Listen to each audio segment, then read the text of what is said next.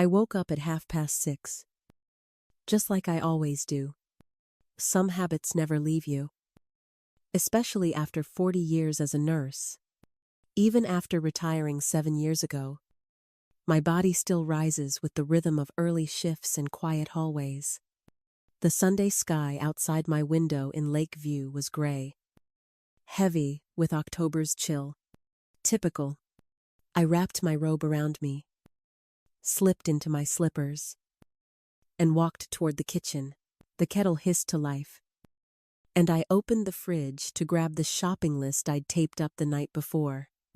Every second Sunday of the month, my daughter Octavia comes over with her family. It's a tradition she started 3 years ago, right after Henry died.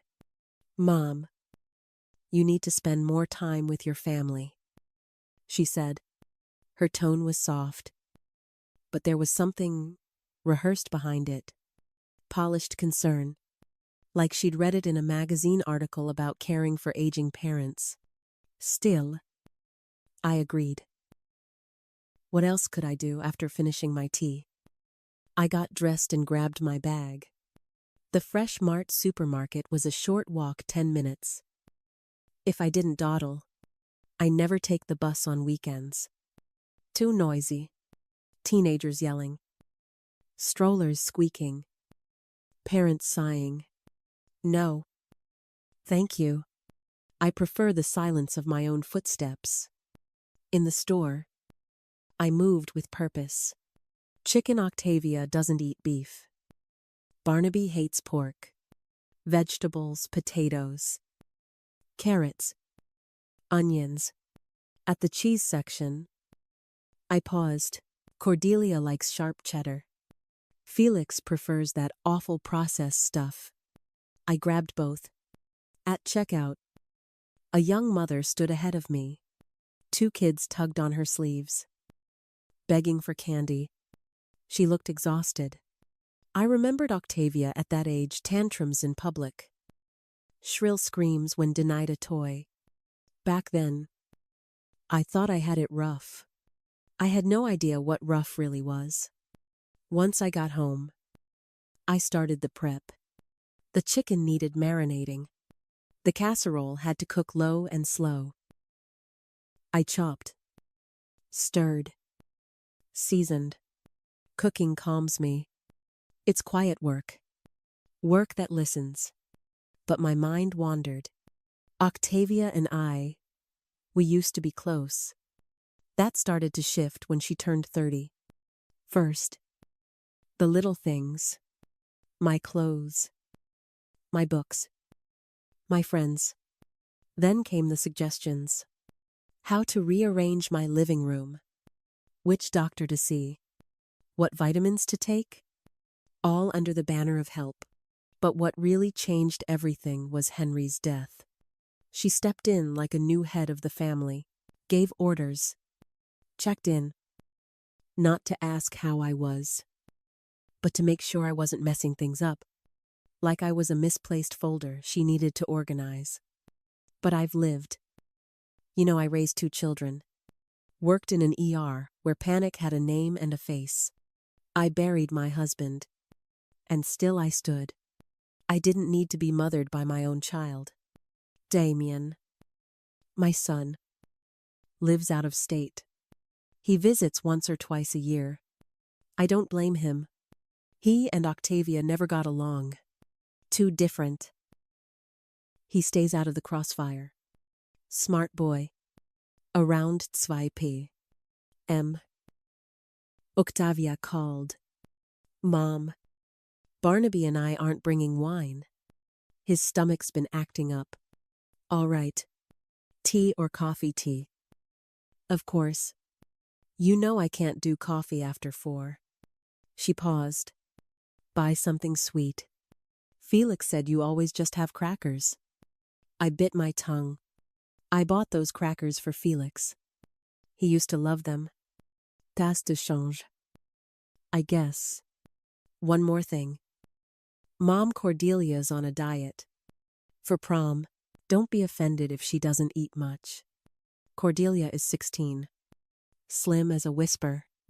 Yet she's been dieting since 13. And Octavia encourages it. Because God forbid a girl gain 5 pounds before prom. What time are you coming? 5. But don't cook too much, we're leaving early. Barnaby works in the morning. I hung up and stared at the half-cooked meal. I'd spent hours planning, chopping, marinating, and they'd be gone in 90 minutes. Why come at all? But I already knew the answer. This wasn't about a meal. It was about inspection, about control, about checking if I still had it together. I looked around my kitchen. Everything was spotless. Everything was in place. But inside I felt something I hadn't in a long time.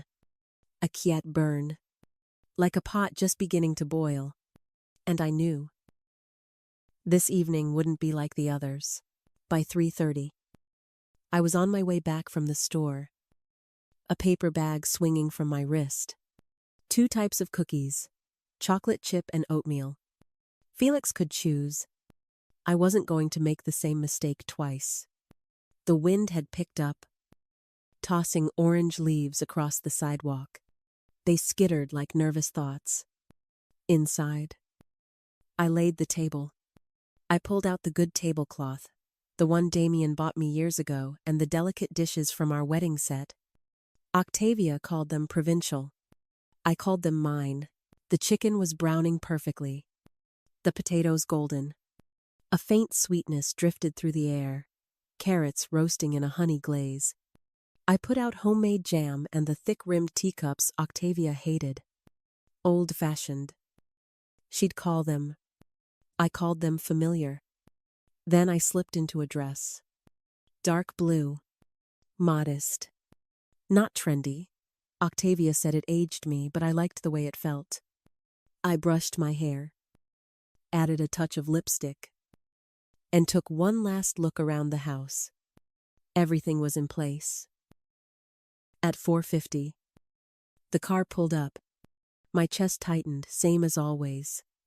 That odd, sick feeling, like before an exam. Ridiculous. Really? I'm 67 years old, and still bracing for judgment. Octavia stepped out first. Always first. Always perfect. Gray coat. Heels too high for a Sunday. She kissed my cheek. Hi.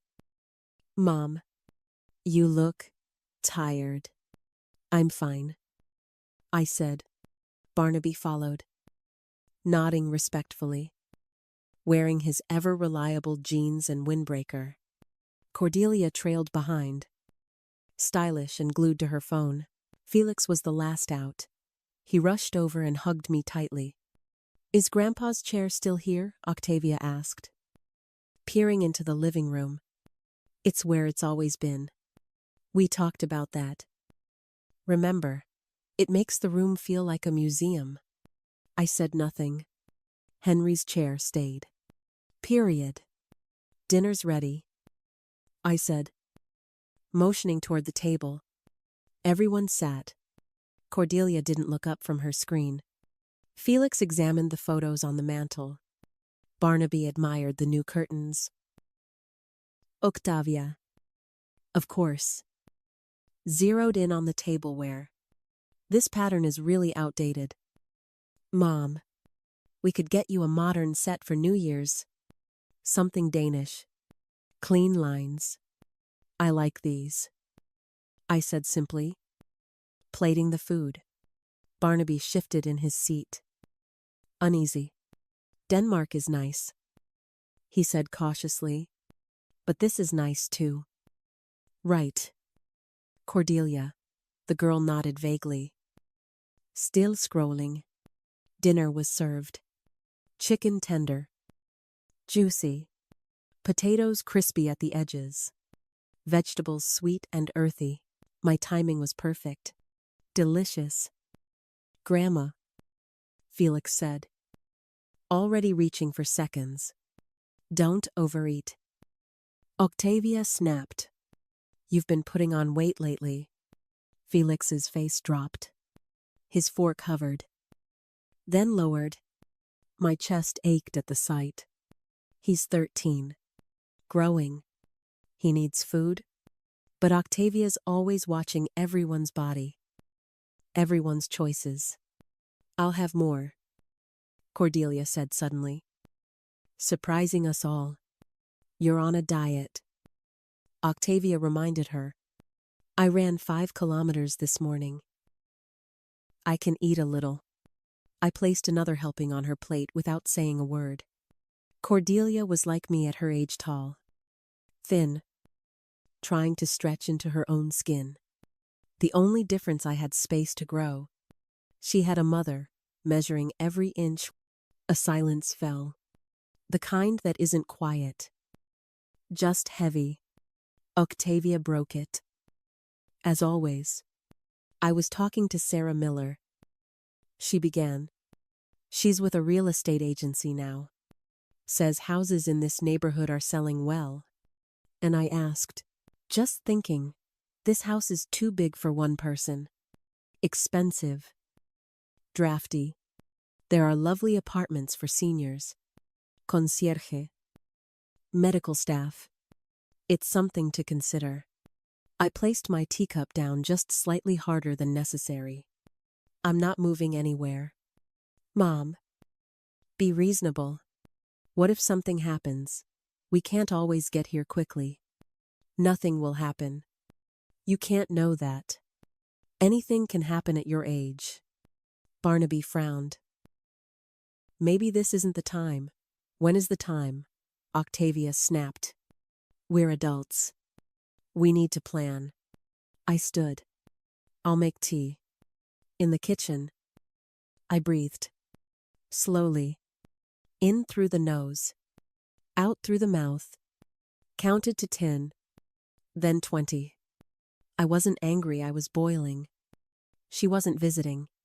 She was inspecting. Auditing. Recalibrating my life like a broken appliance. I pulled out the thick-rimmed cups. Put cookies on a tray. Added jam. Sugar bowl. The kettle hissed. Tea's ready, I called. They gathered again. Felix talked about a school project. Cordelia. About a math test. Octavia over it. Correcting. Guiding. Adjusting. I poured tea. But caught something odd. Octavia kept glancing at my cup. Then, when I turned to the kettle, I saw her quick, precise, slipping something from a small bag into my tea. I froze. Time stopped. My fingers tightened around the kettle. She didn't see me. When I turned, she was smiling. Mom, are you going to pour the tea? Or just stand there? Yes, I said. Voice calm. But inside, something had snapped. And I knew this night would not end the way she expected. I stared at my cup. The tea inside looked exactly the same. No change in color. No strange aroma. Whatever Octavia had slipped in, it was subtle. Carefully chosen. Tasteless. Scentless. Efficient. Around the table, everyone picked up their cups. Barnaby was discussing a new machine at work. Cordelia was half listening. Felix chewed his cookie slowly, eyes bouncing between his parents. And Octavia, she was watching me. Not openly. She never did anything openly, but her gaze flicked toward my cup every few seconds. Waiting. Expecting. Like she had started a clock, only she could hear ticking. You're not drinking your tea. Mom, she finally said. Her voice was sweet. Too sweet. There was an edge beneath it, barely noticeable. But there, it's hot, I replied, setting the cup down again. I'll let it cool. Barnaby raised his cup. Mine tastes a little weak. Actually, Alba, mind if I try yours? Before I could speak, Octavia jumped in. No, Mom added sugar. You don't like sweet tea. Barnaby shrugged. I'll live. I just want something stronger. He reached out for my cup. I had a split second to decide. I slid his cup toward me and placed mine in front of him. Let's switch, I said. I want the weak one. Octavia's eyes widened just a flicker, but I caught it. She opened her mouth, then closed it again. Too late. The exchange had been made. Barnaby took a sip. Perfect, he said. I picked up his cup and drank slowly, never breaking eye contact with my daughter. She looked away first. 15 minutes passed. The air around the table was lighter, the children chatting more, but I was no longer listening. I was waiting. Then, mid-sentence, Barnaby stopped talking. His hand went to his stomach. You all right? I asked, knowing full well what was coming. He winced. Yeah, I think something's off. Stomach cramps. Octavia immediately went into performance mode. Maybe something was bad, she said quickly. Mom, was the chicken fresh? I narrowed my eyes. Bought it yesterday. It was perfect. Barnaby leaned forward. Excuse me, he mumbled. He got up slowly, unsteady, holding the table for balance. Moments later, the upstairs bathroom door slammed. What's wrong with Dad? Felix asked. Concerned, Cordelia put down her phone. Did he get food poisoning? Octavia clutched her hands together. I don't understand. He didn't eat anything unusual. I gathered the dishes. Calm as ever. Inside, my heart beat like a war drum, but my face showed nothing. Years of hospital work had taught me that skill well. The noises from upstairs were unmistakable. Cordelia grimaced. Ew. Cordelia. Octavia snapped, but her own face was pale. I'll get him some activated charcoal, I said, and climbed the stairs. Barnaby looked miserable, sweaty, holding onto the bathroom sink for support. I'm sorry, Alba, he said weakly. Something hit me hard. Not your fault, I replied. Here, take these. He swallowed the pills and sat down on the edge of the tub, face in his hands. Maybe we should go home, he muttered. I nodded. Come down when you're ready. Back downstairs. Octavia was pacing the living room. How is he? She asked. Not good. Maybe it's the flu, or a bug going around, or something else entirely. She froze. What do you mean? Just thinking out loud. Barnaby came down slowly. He looked even worse. We should go, he said. Yes. Yes. Of course, Octavia said quickly, guiding him toward the door. I helped him into his jacket. His hands were trembling. Thanks for dinner, Alba, he said. Sorry about this. No apology needed. Just rest. Octavia helped him into the car. The kids followed silently. She turned to me before getting into the driver's seat. I'll call you tomorrow. Maybe check the groceries. Something might have spoiled. I looked straight at her. I'll check everything. She hesitated, as if trying to read my thoughts, but I gave her nothing. Just silence. I watched the car disappear down Maple Street, then closed the door. Back inside, I sat in Henry's chair and picked up the empty cup Barnaby had used. I sniffed it. Nothing, but I knew what she'd done. She wanted me to humiliate myself, lose control, fall apart in front of my grandchildren. Instead, her husband had paid the price. And she tried to blame it on me. I went to the kitchen, poured a glass of water, and drank it slowly. My hands weren't shaking. My pulse was steady. But something inside me had shifted. Something permanent. Because now, for the first time since Henry died, I wasn't just defending my dignity. I was preparing for something more. Something final. She thought I wouldn't notice. She was wrong. I didn't sleep that night. Every time I closed my eyes, I saw her hand, the quick flick of her wrist. The way she glanced around before dropping the powder into my tea. No hesitation. Not guilt. Just calculation. At 2 a.m., I gave up on sleep. I pulled on my robe and went downstairs, turning the kettle on just to feel normal again. The hiss of boiling water, the clink of the spoon in the cup, it all used to calm me. Not tonight. I sat at the kitchen table, staring into the steam. Where did it all go wrong?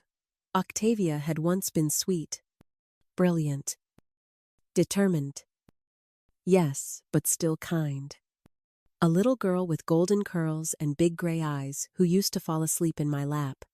A little girl who thought her mother could solve anything.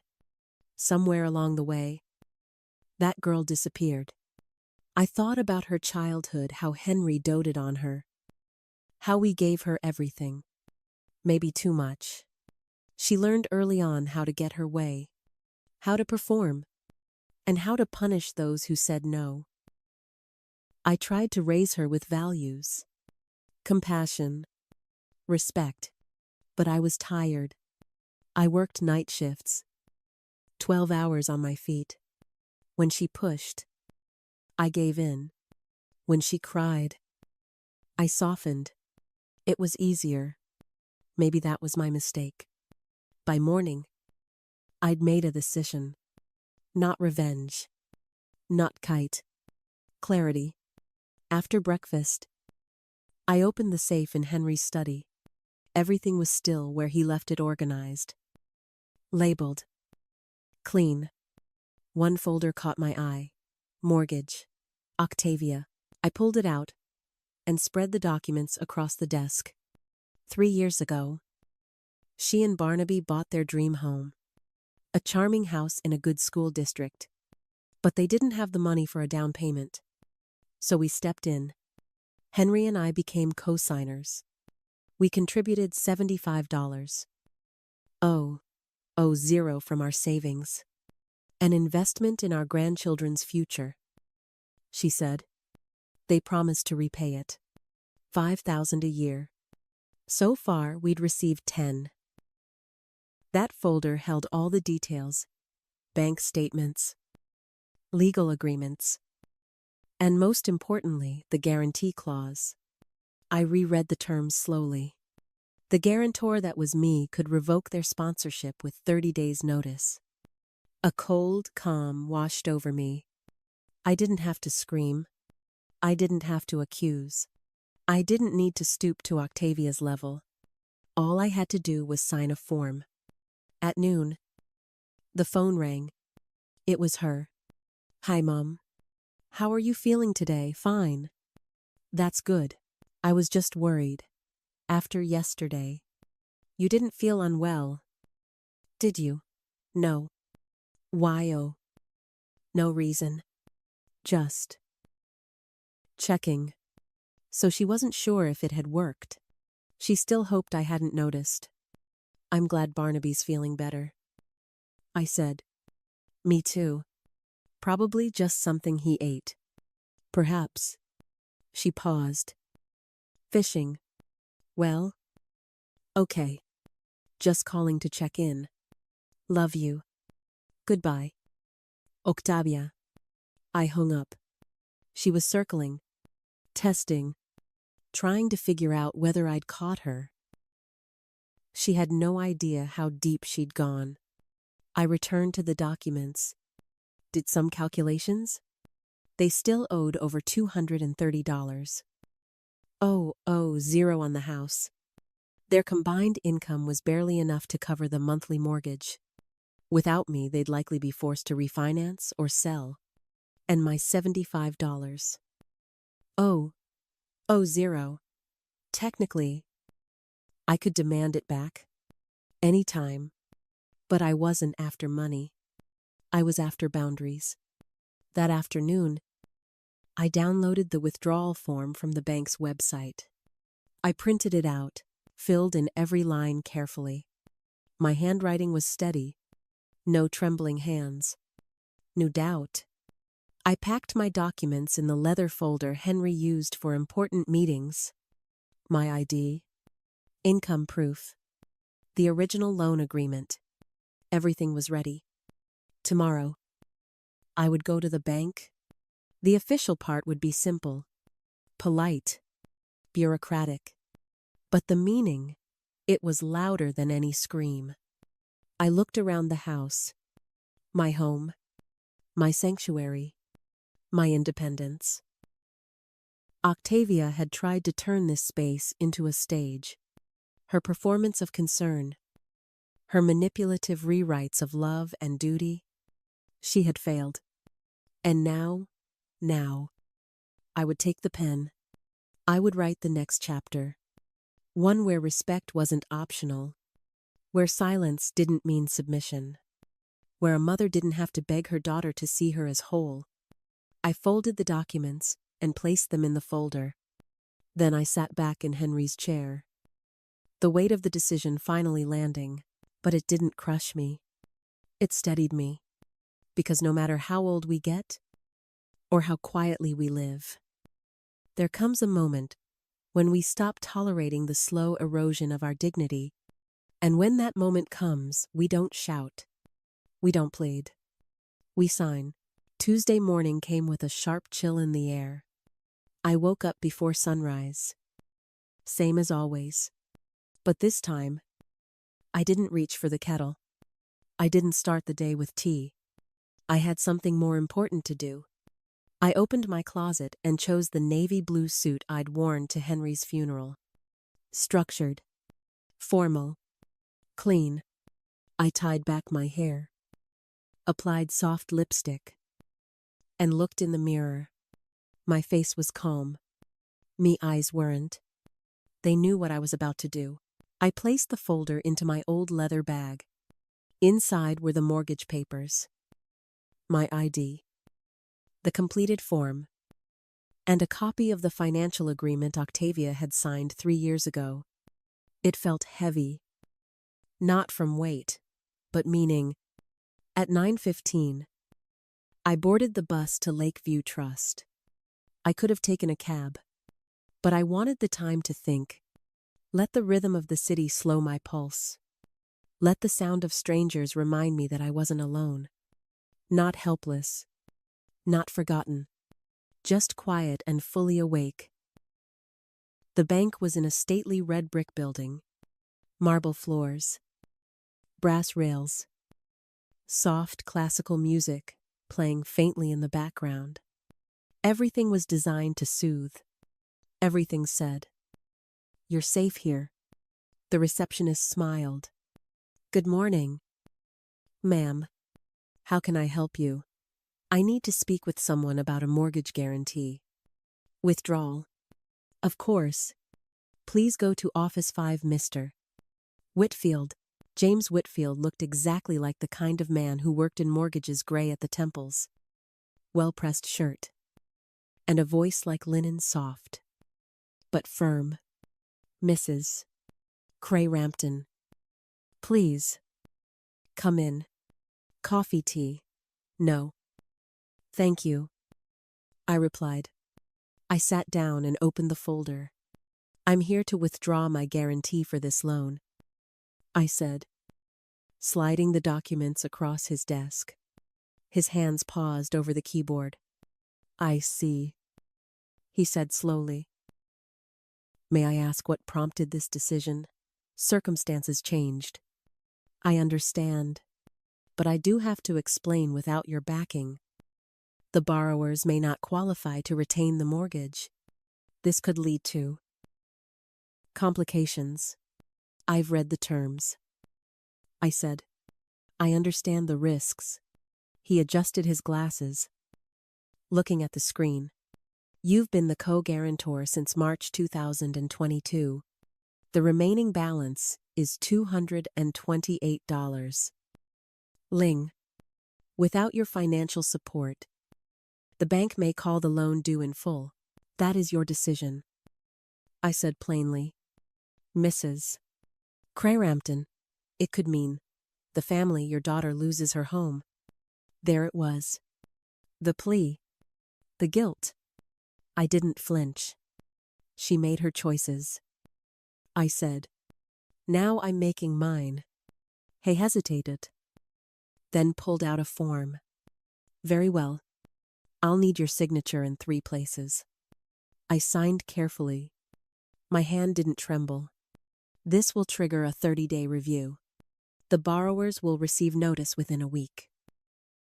If the bank demands full repayment, they'll have 30 days to comply or list the property for sale. I nodded. He looked at me longer this time. Are you sure this isn't something that can be resolved within the family? I'm certain this is the only way to be heard. His expression softened. Not pity. Maybe recognition? I'll process the form today, he said gently. You'll receive written confirmation. Thank you. When I stepped outside, the cold air slapped my cheeks, but it wasn't unpleasant. It was invigorating. On the bus ride home, I watched people out the window, mothers holding toddlers, students with headphones, an old man walking his dog, everyone living their own lives, everyone carrying invisible weights. I carried mine for years, but today, I put it down. Back home, I made tea. I sat in Henry's chair. For once, it didn't feel like a shrine. It felt like armor, a reminder that I once built a life from nothing, raised 2 kids on nurse wages, buried my husband and kept standing. I glanced at the empty fireplace. The silence in the house didn't feel sad today. It felt earned. 1 week later, the letter arrived. At 10 a.m., the phone rang. I knew who it was before I picked up. Octavia didn't say hello. She didn't ask if I was well. Her voice came sharp and breathless. What does this letter mean? I took a sip of tea. It means exactly what it says. You withdrew your guarantee. Yes. You're going to make us lose our house. No. That part's up to you. Silence. Then the explosion. You're out of your mind. What are you trying to prove? I'm not trying to prove anything. Octavia. I leaned back in my chair. I'm just done being afraid of my own child. Click. She hung up. I stared at the phone. Not smiling. Not crying. Just still. Because sometimes, the most powerful answer isn't fury. It's finality. They arrived an hour and 20 minutes later. I heard the car before I saw it. The slam of a door. Then another. Not a knock on the door. Just the jingle of the knob, and Octavia bursting in like she still owned the space. Her face was red. Furious. Her heels clicked across the hardwood like accusations. What the hell are you doing, hello? Octavia. Hello. Barnaby. Come in. Barnaby stepped in behind her, looking like he'd rather be anywhere else. I'm not sitting down. She snapped. I want an explanation. Then listen. I said, folding my hands. You'll get one. Barnaby gently touched her elbow. Octi, let her speak. She shrugged him off. You withdrew your guarantee. Mom, do you have any idea what you've done without that? We'll lose the house. The kids will have to change schools. We'll have to move to God knows where. I know exactly what I've done. I said. She stared at me like she didn't recognize me. This isn't you. You're not like this. You help. You support. You don't punish. I stayed seated.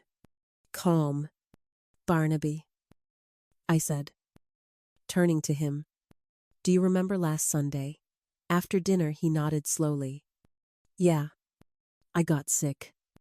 Really sick. Do you remember what you drank? He blinked. Tea. From your cup? I think. I nodded. Yes, because I saw Octavia pour something into mine. So I switched them. The room dropped into silence. What, Barnaby turned to his wife? Shocked. I didn't. Octavia's voice cracked.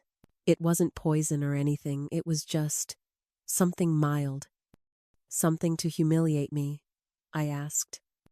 No, she snapped. I needed you to understand that you can't live like this anymore, alone in this big house. You refused to listen. Mom. Barnaby backed away from her, the betrayal sinking in. You put something in her tea, he whispered. It wasn't dangerous, she insisted. It was symbolic. I laughed once, sharp and low. Symbolic. Of what? Of reality. That you're aging. That you need help. You're stubborn. Controlling.